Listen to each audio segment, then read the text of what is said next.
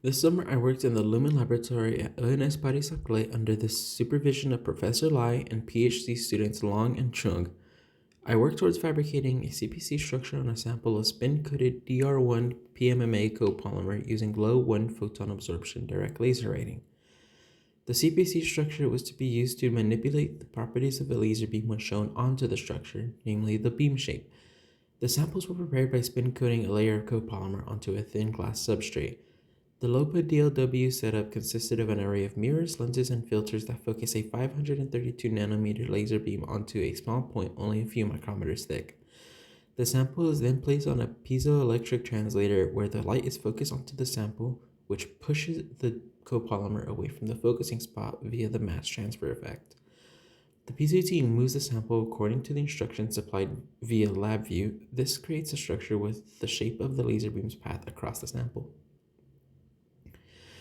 To fabricate a photonic structure, the optimal parameters for that structure must be found. Given a specific periodicity, I had to find the parameters such as the laser power and PCT velocity that produce the best structures. I began by fabricating a 1D structure of lines 10 micrometers long with a period of 2 micrometers. After a few attempts, I found the optimal parameters of the fabrication to be a laser power of 0.8 milliwatts and a PCT velocity of 3 micrometers per second. I then moved on to the fabrication of a 2D pillar array. First, I varied the periodicity and laser power while holding the PCT velocity constant. This was done so I could determine what period I should work with first, then work my way towards smaller periods. I found the structure with a period of 4 micrometers to be the best fabrication and began working my way towards a period of 2 micrometers. In the end, I found the optimal parameters for a 2D pillar array with 2 micrometers to be a velocity of 2 micrometers per second and a power of 1 milliwatt. Lastly, I fabricated the CPC structure. The CPC structure is fabricated a little differently than the rest of the structures. Instead of the laser being continuously focused on the sample while the PCT moves, it is instead focused on a single spot, then the beam is blocked by a shutter. During this time, the PCT moves the samples, then the shutter reopens, allowing the beam to shine on a new spot. The PCT moves away in a way such that it creates a spiral of dots around the starting point.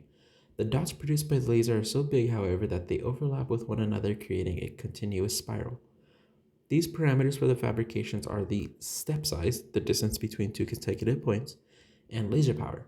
After a few fabrications, I found the optimal parameters for the CPC structure with the radius of 40 micrometers to be a laser power of 3 milliwatts and a step size of 0.4 micrometers. Unfortunately, due to time constraints, I wasn't able to achieve the beam shaping. However, I still learned a tremendous amount during my time at ENS Paris Saclay, and would like to thank everyone I met during my time